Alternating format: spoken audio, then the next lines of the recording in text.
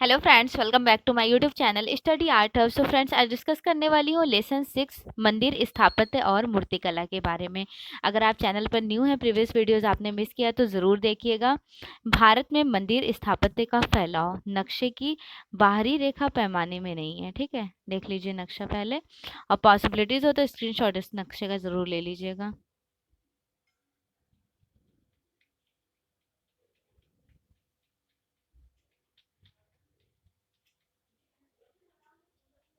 चलिए class start करते हैं।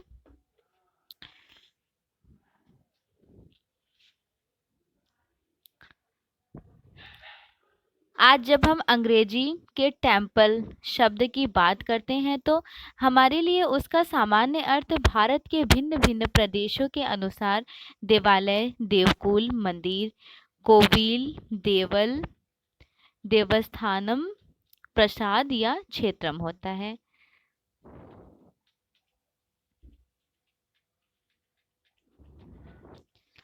हम ठीक से नहीं जानते कि भारत में पूजा स्थल के रूप में मंदिर का निर्माण कब शुरू हुआ और उस समय मंदिर का उपयोग क्या था। मंदिर देवी देवताओं की पूजा करने और ऐसे धार्मिक क्रियाएं संपन्न करने के लिए भी बनाए गए होंगे जो पूजा कार्य से जुड़ी होती है। फिर आगे चलकर मंदिर महत्वपूर्ण धार्मिक सामाजिक संस्थाओं के रूप में बढ़ने लगे। जैसा कि अनेक शिलालेखों के साक्ष्यों से पता चलता है कि इन शिलालेखों पर राजाओं द्वारा दिए गए बड़े बड़े धर्मदायों का उल्लेख मिलता है। ऐसे मंदिरों में कालांतर में आवश्यकताओं के अनुसार अनेक मंडप जैसे अर्ध मंडप, महामंडप, नाट्य या रंग मंडप आदि जोड़ दिए गए। यह निश्चित रूप से कहा जा सकता है कि 10वीं शताब्दी तक आते आते भू प्रशासन में मंदिर की भूमिका काफी अहम हो गई थी। प्राचीन मंदिर, जहां एक और स्तूप और उनका निर्माण कार्य जारी रहा, वहीं दूसरी ओर सनातन हिंदू धर्म के मंदिर और देवी देवताओं की प्रतिमाएं भी बनने लगी। अक्सर मंदिरों को संबंधित देवी देवताओं की मूर्तियों को सजाया जाता था।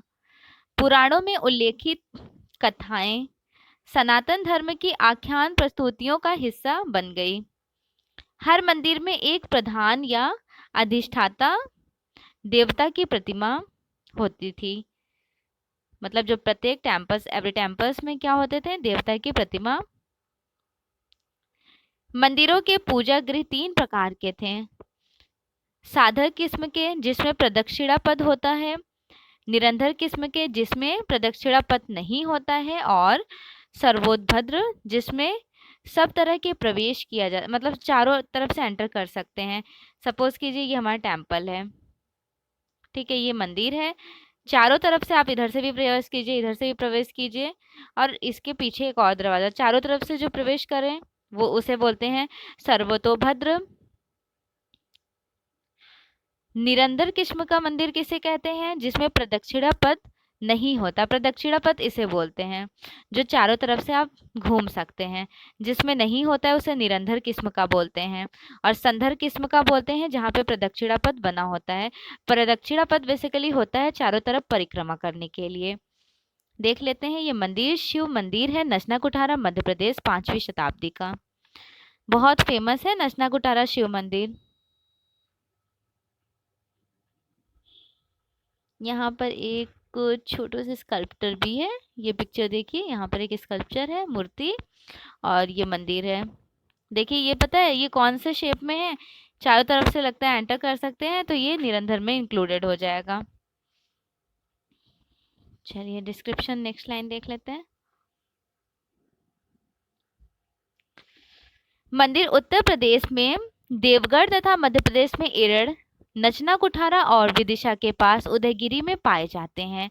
ये मंदिर साधारण श्रेणी के हैं, जिनमें बरामदा, बड़ा कक्ष, मंडप और पीछे पूजा गृह भी है। हिंदू मंदिर का मूल रूप हिंदू मंदिर का मूल रूप। हिंदू मंदिर निम्न भागों में निर्मित होते हैं। गर्भगृह। गर्भगृह किसे बोलते हैं? जहाँ पर मूर्ति स्टेबल होती है। जो प्रारंभिक मंदिरों में एक छोटा सा प्रकोष्ठ होता था, उसमें प्रवेश के लिए एक छोटा सा द्वार होता था, लेकिन समय के साथ साथ इस प्रकोष्ठ का आकार बढ़ता गया। गर्भगृह में मंदिर का मुख्य अधिष्ठाता देवता की मूर्ति को स्थापित किया जाता था। ये गर्भगृह जो होता था वो मंदिर में मूर्ति स्थापित की जाती थी, स्कल्पचर को एस्टैब्लिश करते थे। और यही अधिकांश पूजा पाठ या धार्मिक क्रियाकलापों के केंद्र बिंदु होते थे। मंडप अर्थात मंदिर का प्रवेश कक्ष, जो कि काफी बड़ा होता है। इसमें काफी बड़ी संख्या में भक्तगण इकट्ठा हो सकते हैं।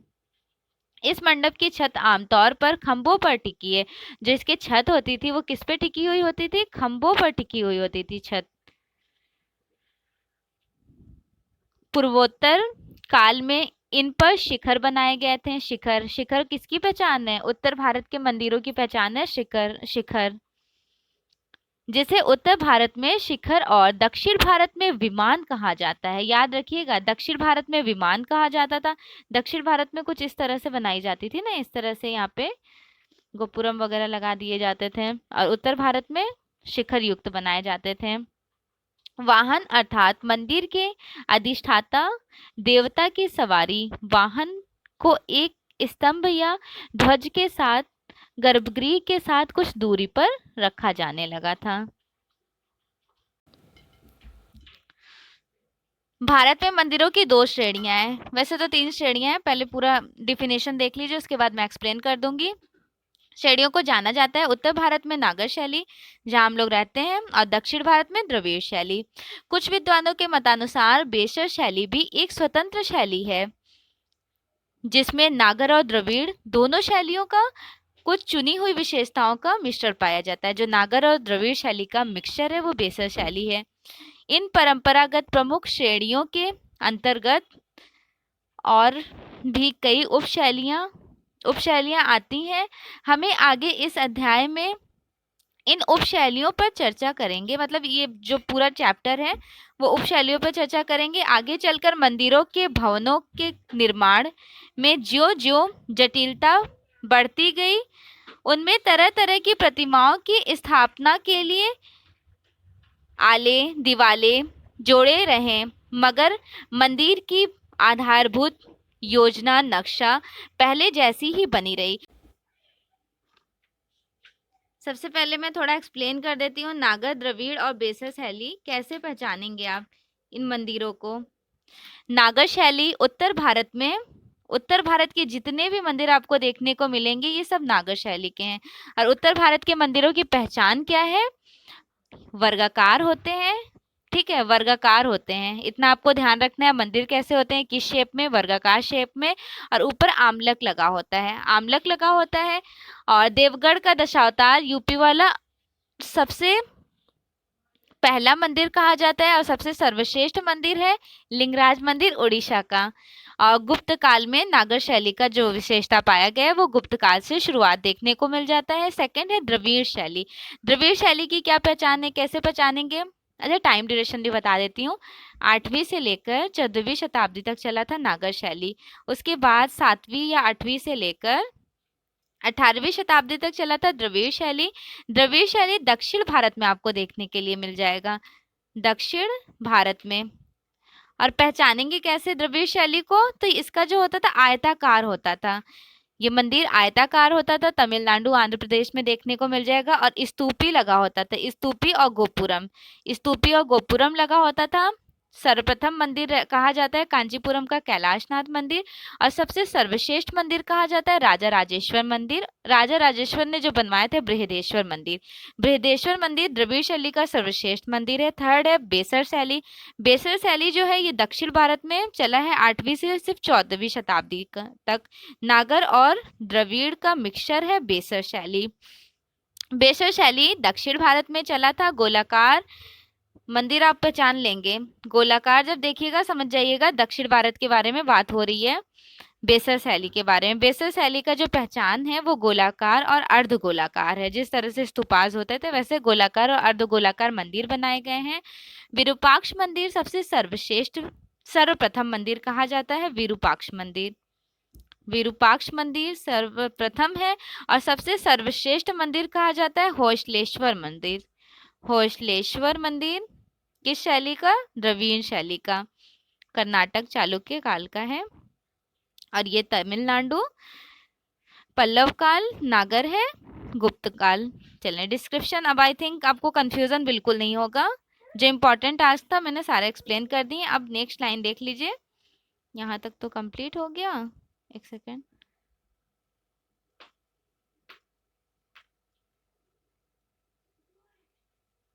यहाँ तक हो गया था, है ना? आगे देख लेते हैं नेक्स्ट लाइन। भारत में मंदिरों की दो श्रेणियों को जाना जाता है। ये तो हो गया है, सॉरी ये लाइन तो हो गया है। मूर्तिकला, मूर्ति विधा और अलंकरण। कैसे कैसे मूर्तियों में डेकोरेटिव फॉर्म को यूज किया गया। देवी देवताओं की मूर्तियों का अध्ययन कला इतिहास की एक अलग शाखा के अंतर्गत आता है जिसे मूर्ति विधा आइकोनोग्राफी कहा जाता है। आइकोनोग्राफी से रिलेटेड जेआरएफ एग्जाम में काफी क्वेश्चंस पूछे जाते हैं। मूर्ति विधा जिसे प्रतिमा विधा भी कहा जाता है। काफी क्वेश्चंस तो नहीं पूछे जाते हैं, एक ही क्वेश्चन आता है, लेकिन डेफिनेटली ये स्कोरिंग मार्क्स है, यहाँ से क्वेश्चन बन जाते हैं। के अंतर्गत कतिपय प्रतीकों तथा पुराण कथाओं के आधार पर मूर्ति की पहचान की जाती है। अक्सर कई बार ऐसा भी होता है कि देवता की आधारभूत कथा और अर्थ तो सदियों तक एक जैसा ही बना रहा है, किंतु स्थान और समय के सामाजिक, राजनीतिक एवं भौगोलिक संदर्भ में उसका उपयोग कुछ बदल जाता है। प्रत्येक क्षेत्र में काल में प्रतिमाओं की शैली सदा एक जैसी नहीं रही।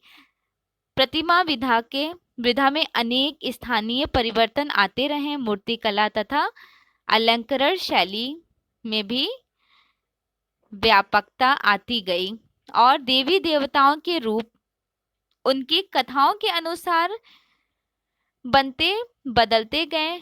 मंदिर में मूर्ति की स्थापना की योजना बड़ी सूझबूझ के साथ बनाई जाती रही। उदाहरण के लिए नागर शैली के मंदिर में गंगा और यमुना जैसे नदी देवियों को गर्भगृह के प्रवेश द्वार के पास रखा गया है। ये देख लीजिए पहले, ये पिक्चर कलश, यहाँ पे कलश लगे होते थे। आमलक, अच्छा आमलक किसका पहचान था? आमलक था नागर शैली का पहचान, ठीक है। और कलश, और यहीं पर स्तूपी लगा दिया जाए, इस तरह से स्तूपी लगा दिया जाए तो वो हो जाएगा द्रविड़ शैली। शिखर जिसमें बनाए जाते थे, अगर शिखर युक्त मंदिर मिलेगा तो आप समझिएगा नागर शैली का मंदिर है। और ये जो पिक्चर आपको दिख रहा है ना, ये नागर शैली का ही मंदिर है, शिखर युक्त बनाया गया है ना, इसलिए। चलिए नेक्स्ट देखते हैं द्रविड़ शैली का मंदिर, थोड़ा डेफिनेशन देख लेते हैं पहले। जबकि द्रविड़ शैली में द्वारपालों को आमतौर पर मंदिर के मुख्य द्वार यानी गोपुरम पर रखा जाता है। गोपुरम याद रखिएगा, गोपुरम आपको देखने को मिल जाएगा द्रविड़ शैली में, और नागर शैली में आमलक मिल जाएगा देखने के लिए। इसी प्रकार मिथुनों, नवग्रहों, नौ मांगलिक ग्रहों और यक्षों के द्वार रक्षा के लिए प्रवेश द्वार पर रखा जाता है। मुख्य देवता यानी मंदिर के अधिष्ठाता देवता के विभिन्न रूपों या पक्षों को गर्भगृह की बाहरी दीवारों पर दर्शाया जाता है। 8 दिशाओं के स्वामी यानी अष्टदिक्पालों को गर्भगृह की बाहरी दीवार और मंदिर की बाहरी दीवारों पर अपनी अपनी दिशा की ओर अभिमुख दिखाया जाता है।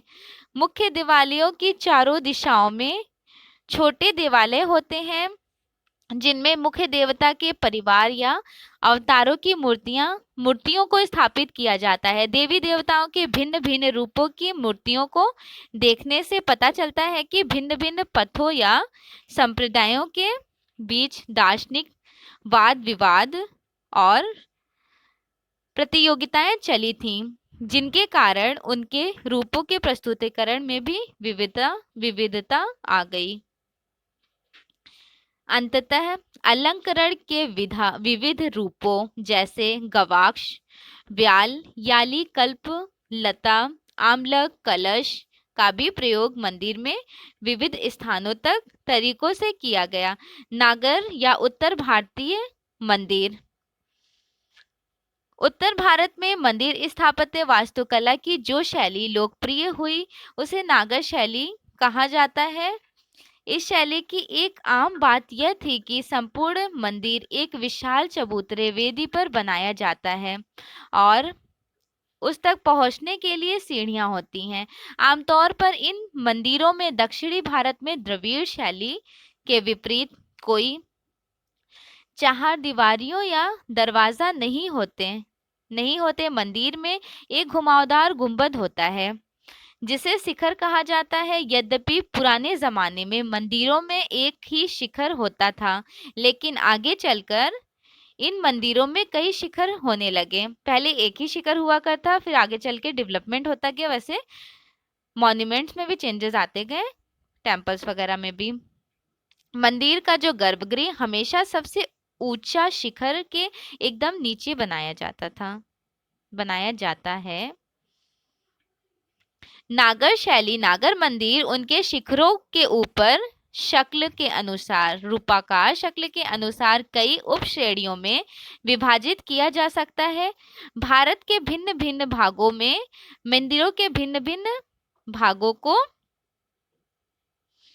अलग अलग नामों से पुकारा जाता है। पहले ये मंदिर देख लीजिए, बहुत फेमस मंदिर है सूर्य मंदिर, कोणार्क का सूर्य मंदिर। इंपॉर्टेंट है, नोट डाउन भी कर लीजिएगा। निर्माण किसने कराया, ये इंपॉर्टेंट है, नरसिंह ने।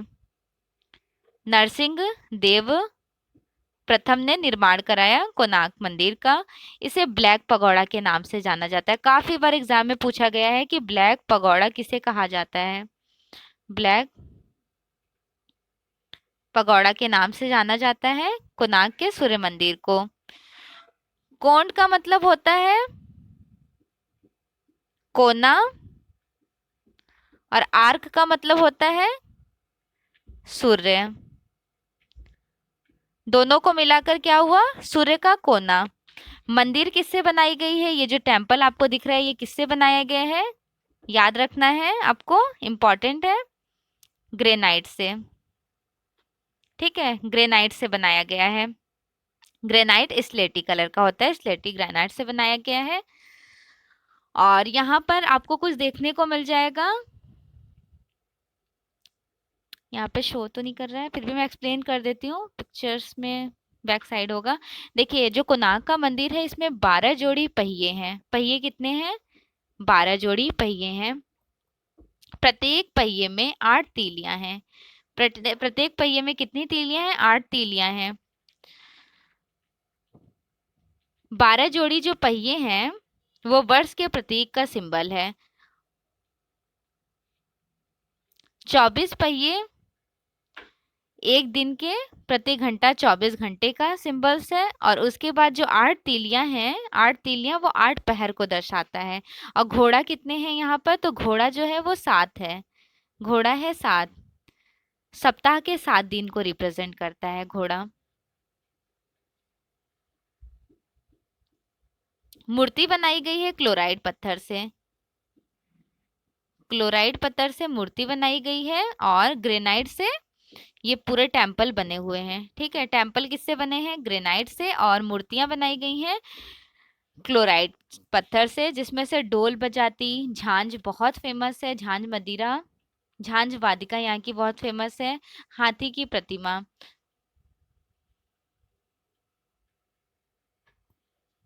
चलिए नेक्स्ट देख लेते हैं।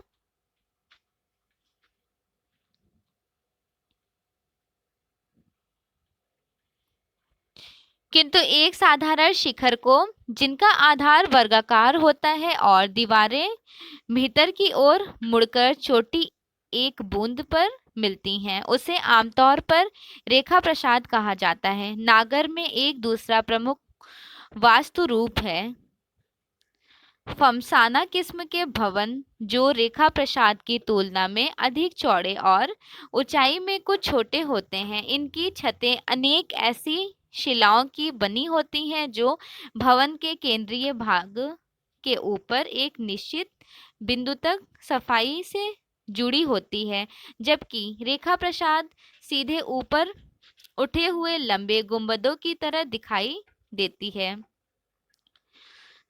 फरसाना की छतें भीतर की ओर नहीं मुड़ी होती, बल्कि वे सीधे ऊपर की ओर ढलवा होती हैं, मुड़ी नहीं होती हैं, इस तरह से बहुत से उत्तर भारतीय मंदिरों में आप यह देखेंगे कि फरसाना डिजाइन का प्रयोग मंडपों में बहुत हुआ है, जबकि मुख्य गर्भगृह एक रेखा प्रसाद में रखा गया। कालांतर में रेखा प्रसाद जटिल हो गए और वे एक अकेले लंबे गुंबद की तरह दिखने के बजाय मंदिरों पर कई छोटे छोटे शिखर बनने लगे। ये शिखर पहाड़ की चोटियों की तरह ऊपर उठे होते थे और उनमें सबसे बड़ा शिखर बीच में होता था, और यह बीच वाला शिखर हमेशा गर्भगृह के ठीक ऊपर होता था। सपोज कीजिए ये गर्भगृह होता था जहाँ पे टेम्पल्स में मूर्तियां स्टैब्लिश की जाती थी, रखी जाती थी, और इसके ऊपर ये वाला शिखर। तो ये शिखर कहाँ होता था? बिल्कुल सेंटर में होता था। क्लियर? चलिए आगे देख लेते हैं। बल्बी नागर शैली की उप श्रेणी कहलाती है। बल्बी श्रेणी के वर्गाकार मंदिरों में मेहराबदार छतों से शिखर का निर्माण होता है। इस मेहराबी कक्ष के किनारा गोल होता है। यह सक्टाकार यानी बांस या लकड़ी के बने छकड़े की तरह होती है। ऐसा छकड़ा पुराने जमाने में बैलों से खींचा जाता होगा। ऐसे भवनों को आमतौर पर सक्टाकार भवन, वैगन, बेल्टेड बिल्डिंग कहा जाता है। जैसा कि ऊपर बताया गया है कि मंदिर का रूप उन प्राचीन भवन रूपों से प्रभावित था जो 5वीं शताब्दी से पहले बनाए गए थे। भवनों की वल्बी किस्म उनमें से एक थी। उदाहरण के लिए यदि आप शैलकृत बौद्ध चैत्यों की निर्माण योजना नक्शे का आरंभ करेंगे तो पाएंगे कि उनमें से अधिकतर चैत्यों का रूप लंबे कक्षों, प्रकोष्ठों जैसा है और उनकी आखिरी पीठ मुड़ी हुई है। भीतर से छत का यह हिस्सा भी सक्टाकार अर्धगोल चापवितान दिखाई देता है। बहुत फेमस है, इवन नेट जेआरएफ में एज इट इज ये दिया हुआ था। 5 क्वेश्चंस यहाँ से बने थे। गवर्नमेंट जॉब एग्जाम में काफी बार पूछा गया क्वेश्चन है। मोस्ट इम्पॉर्टेंट है। शेषाशाही विष्णु देवगढ़ के दशावतार मंदिर का है, और ये देवगढ़ का दशावतार मंदिर ललितपुर झांसी में है। दिस वन इज देवगढ़ का दशावतार मंदिर ललितपुर झांसी में है, और यहाँ से डेफिनेटली क्वेश्चंस बन जाते हैं, तो अच्छे से इनको देखिएगा। इनके बारे में डिटेल में मैं एक्सप्लेन कर देती हूँ। प्रथम शिखर युक्त मंदिर कहा जाता है देवगढ़ के दशावतार मंदिर को। ये मध्य भारत किसे कहते हैं? जहाँ से हम लोग बिलोंग करते हैं। डिस्क्रिप्शन देख लेते हैं। उत्तर प्रदेश, मध्य प्रदेश और राजस्थान के प्राचीन मंदिरों के अनेक समानताएं पाई जाती हैं। इनमें सबसे उल्लेखनीय समानता यह है कि ये सभी मंदिर बलुआ पत्थर से बने हुए हैं।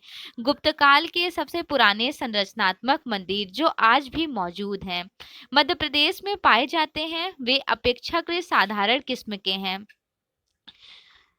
आंडबरहीन पूजा स्थल है। इसमें एक छोटा सा मंडप होता है जो 4 खंभों पर टिका होता है। एक छोटा सा मंडप होता है जो 4 खंभे, इस तरह से 4 खंभे होते हैं। एक सेकेंड, इस तरह से समझ लीजिए 4 खंभे होते हैं, एक ये वाला, तो ये खंभों पर टिका होता है। यह मंडप एक साधारण वर्गाकार मुखमंडल पर्च सा होता है और इसके आगे एक छोटा सा कक्ष भी होता है जो गर्भगृह का काम देता है। मतलब वो जो कक्ष होता है वो गर्भगृह का काम करता है। और गर्भगृह क्या होता है? जहाँ पे मूर्तियां रखी जाती है मंदिर में। इस संबंध में महत्वपूर्ण बात यह है कि ऐसे दो मंदिर आज बचे हुए हैं। उनमें से एक उदयगिरी में विदिशा की सीमांत क्षेत्र में स्थित है तथा गुफा मंदिरों का एक बड़े हिंदू संकुल का भाग है, और दूसरा मंदिर सांची का स्तूप के निकट स्थित है। दूसरा मंदिर कहाँ है? वो सांची के स्तूप के निकट है। यह समतल छत वाला प्रथम मंदिर है। इसका अर्थ यह हुआ कि दोनों धर्मों के मंदिर स्थापत्य वास्तु में एक जैसे परिवर्तन किए जा रहे थे।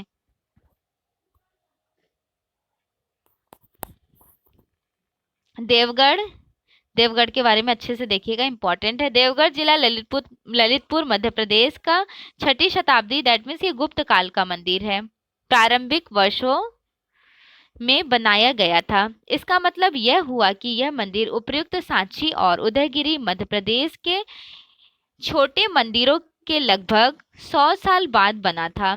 इसलिए इसे गुप्तकालीन मंदिर स्थापत्य का एक श्रेष्ठ उदाहरण माना जाता है। यह मंदिर वास्तुकला की पंचायतन शैली में निर्मित है, जिसके अनुसार मुख्य देवालय को एक वर्गाकार वेदी पर बनाया जाता है और चारों कोनों में 4 छोटे सहायक देवालय बनाए जाते हैं। इस प्रकार कुल मिलाकर 5 छोटे देवालय बने। अच्छा देखिए, पंचायतन मंदिर किसे कहते हैं? पंचायतन मंदिर बहुत इंपॉर्टेंट है। एक मेन टेम्पल होता है, उसके सराउंडिंग में 4 और टेम्पल्स होते हैं। एक मैंने वर्ल्ड आर्ट करके प्लेलिस्ट बनाया है, वर्ल्ड आर्ट, उसमें मैंने गुप्तकाल कह रही हूँ, खजुराहो के मंदिर के बारे में एक्सप्लेन की हूँ। देखिएगा, पंचायतन मंदिर के बारे में मैं डिटेल से बताई हुई हूँ।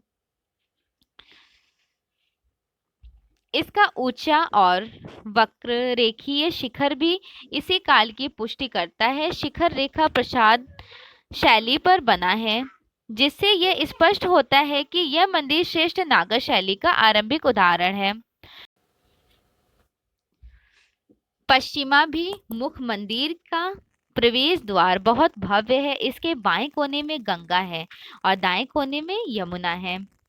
इसमें विष्णु के अनेक रूप प्रस्तुत किए गए हैं, जिसके कारण लोगों का यह मानना है कि इसके चारों ओर उप देवालयों में भी विष्णु के अवतारों की मूर्तियां ही स्थापित की गई थीं। इसलिए लोग इसे भ्रमवश दशावतार मंदिर समझने लगे। लेकिन वास्तविकता तो यह है कि हम नहीं जानते कि ये चारों उप देवालय मूल रूप से किन किन देवालयों को समर्पित थे। मंदिर की दीवारों पर विष्णु की 3 ऊर्ध्वातियां उभरी आकृतियां हैं। दक्षिणी दीवार पर शेषशयन, पूर्वी दीवार पर नरनारायण, पश्चिम दीवार पर गजेंद्र मोक्ष। पता है आपको, ये तीनों नोट डाउन कर लेना है। ये तीनों ऑप्शन में होता है, एक शेषाशायी विष्णु, एक नरनारायण और एक गजेंद्र मोक्ष। चौथा कोई और दे दिया जाता है और पूछा जाता है कि देवगढ़ के दशावतार मंदिर में इनमें से कौन सी मूर्तियां नहीं हैं। तो दक्षिण दीवार पर है शेषाशायी, पूर्वी दीवार पर नरनारायण है, पश्चिम दीवार पर गजेंद्र मोक्ष है। ठीक है, चलिए आगे डिस्क्रिप्शन देख लेते हैं। शेषाशायी विष्णु का वह रूप है जब उन्हें अपने वाहन शेषनाग, जिसे अनंत भी कहा जाता है, पर लेटा हुआ दिखाया जाता है। यह विष्णु का वह पक्ष है जो उन्हें शाश्वत निद्रा में प्रस्तुत करता है। नर नारायण, पहले शेषाशायी क्लियर हो गया, अब नर नारायण के बारे में देख लेते हैं। जीवांता और परमात्मा के बीच की चर्चा को दर्शाया गया है। गजेंद्र मोक्ष, मोक्ष प्राप्ति की कहानी है, जिसमें विष्णु के प्रतीकात्मक रूप से एक असुर का, जिसने एक मगर के रूप में धारण किया था, दमन करते हुए बताया गया है। बहुत इंपॉर्टेंट है ये, मोस्ट इंपॉर्टेंट है। ट्रिपल स्टार नहीं, मैं इसमें 5 स्टार लगाऊंगी ताकि आप भूलें ना कभी। चलिए नेक्स्ट देख लेते हैं। ये टेम्पल है, this one is Khajuraho Vishwanath मंदिर। ठीक है, खजुराहो का विश्वनाथ मंदिर है। डिस्क्रिप्शन देख लेते हैं। दृश्य चित्र है। इस उद्दित्यों की स्थिति से यह पता चलता है कि इस मंदिर में परिक्रमा दक्षिणी से पश्चिमी की ओर जाती थी, जबकि आजकल प्रदक्षिणा पथ दक्षिणी पूर्व क्लॉकविश की जाती है, क्लॉकवाइज की तरफ जाती रहती है, ठीक है, और उस टाइम अपोजिट जाती थी। एक बात और भी है, यह मंदिर पश्चिमाभिमुख है। ऐसा बहुत कम देखने को मिलता है कि अधिकांश मंदिरों का मुख पूर्व या उत्तर की ओर होता है। कालांतर में अनेक छोटे छोटे आकारों के मंदिर बनाए गए। वैषम्य के रूप में अगर हम चंदेल राजाओं द्वारा निर्मित खजुराहो के मंदिरों का अध्ययन करें, जो देवगढ़ के मंदिर से लगभग 400 वर्ष 10वीं शताब्दी में बनाए गए थे, तो पाएंगे कि मंदिर वास्तुकला की नागर शैली और रूप में नाटकीय रूप से कितना अधिक विकास हो गया था।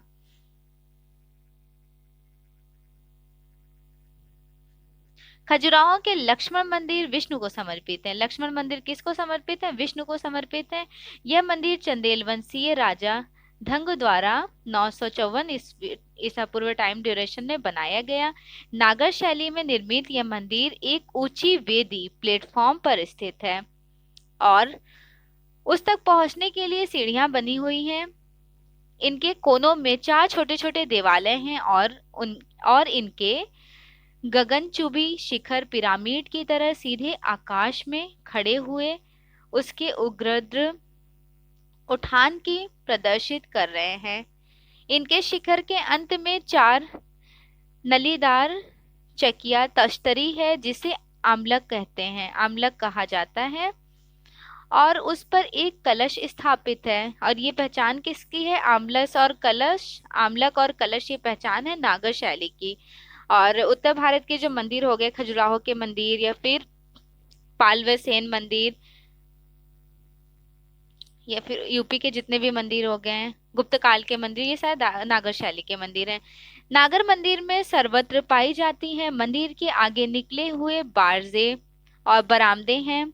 इस प्रकार यह मंदिर देवगढ़ के मंदिर से बहुत अलग किस्म का है। खजुराहो स्थित कंदरिया इसलिए अनेक हिंदू मंदिरों को आलिंगन बद्ध मिथुन को शुभ मानकर उसकी मूर्तियां स्थापित की हुई हैं। आमतौर पर ऐसी मिथुन प्रतिमाओं को मंदिर के प्रवेश द्वार पर अथवा किसी बाहरी दीवार पर रखा जाता था। इसके अलावा ऐसी प्रतिमाएं अक्सर मंडप और मुख्य देवालय के बीच दीवार पर बनाई जाती थीं। खजुराहो की प्रतिमाओं की अपनी एक खास शैली है जिसके कुछ विशिष्ट लक्षण हैं, जैसे वे अपने ऊपर उभार के साथ हैं, वे आसपास के पत्थर से काटकर बनाई गई हैं, उनकी नाक तीखी हैं, ठुड्डी बड़ी हुई हैं, आंखें लंबी और मुड़ी हुई हैं, लंबी मुड़। कंदरिया महादेव ये भी पंचायतन मंदिर है। पंचायतन मंदिर का पहचान देखिए, मेन मंदिर होता है, उसके सराउंडिंग में 4 मंदिर होते हैं। यहाँ पर मंडप, अर्ध मंडप, महामंडप, उसके बाद प्रदक्षिण पथ, तोरण द्वार, इस तरह से निर्माण किया जाता था इस मंदिर का। नेक्स्ट ये मूर्ति है नृत्य कक्ष लक्ष्मण मंदिर, खजुराहो से मिली है।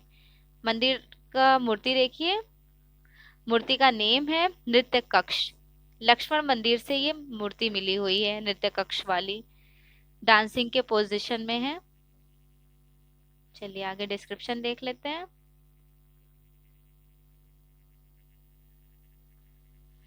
खजुराहो में बहुत से मंदिर हैं, उनमें से अधिकांश हिंदू देवी देवताओं के हैं और कुछ जैन मंदिर भी हैं। इनमें से 64 योगिनी मंदिर विशेष रूप से उल्लेखनीय है, 10वीं शताब्दी से पहले का है।